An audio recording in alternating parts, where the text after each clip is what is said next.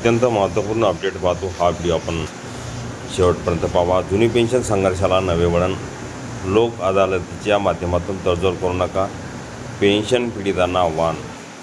3 जून 2026। नमस्कार मित्रांनो, चॅनलमध्ये आपले स्वागत आहे।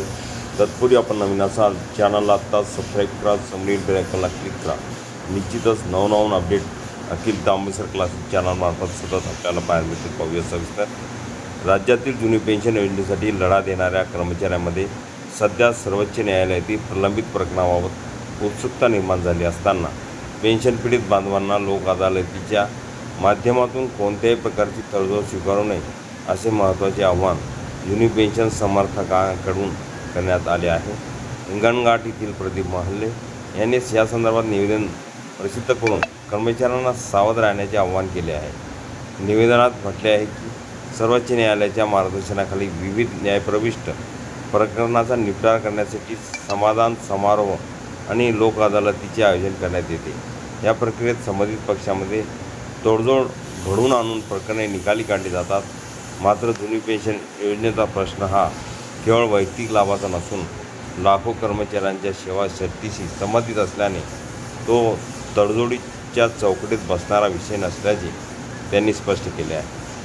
त्यांच्या मते 1 नोव्हेंबर 2005 पूर्वी नियुक्त झालेल्या आणि नंतर 100% अनुदानित सेवेत आलेल्या कर्मचाऱ्यांना DCPS, NPS, UPS किंवा इतर कोणतीही अंशदायी पेन्शन योजना स्वीकारण्यास भाग पाडणे अन्यायकारक ठरेल, कारण ह्या सर्व योजना कर्मचाऱ्यांच्या योगदानावर आधारित आहेत। अशा कर्मचाऱ्यांच्या पगारातून संबंधित काळात कोणतीही कपात झालेली नसताना आजच्या तारखेला त्यांना ह्या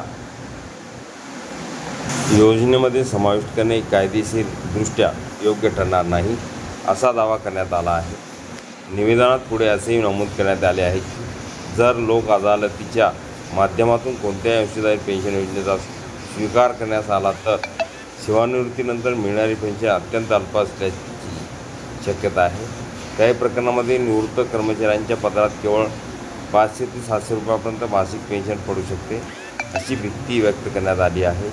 जुनी पेन्शन समर्थकांचा दावा आहे की सर्वोच्च न्यायालयात त्यांची बाजू भक्कम असून न्यायालयाकडून सकारात्मक निर्णय मिळण्याची शक्यता आहे।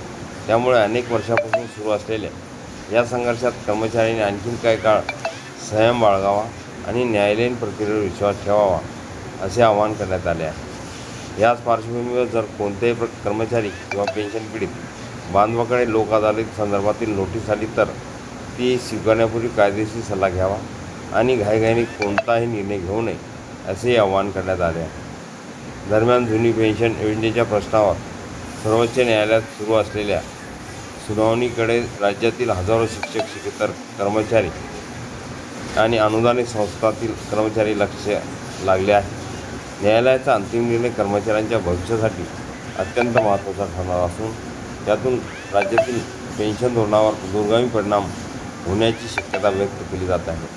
हा व्हिडिओ उपयोगी वाटला असेल लाईक, शेअर आणि अखिल तांबेसर क्लासेस चॅनलला सबस्क्राईब करा, लाईक करा, कमेंट्स करा, मित्रांना शेअर करायला विसरू नका। असे नवनवीन अपडेट आपल्यापर्यंत पोहोचतील।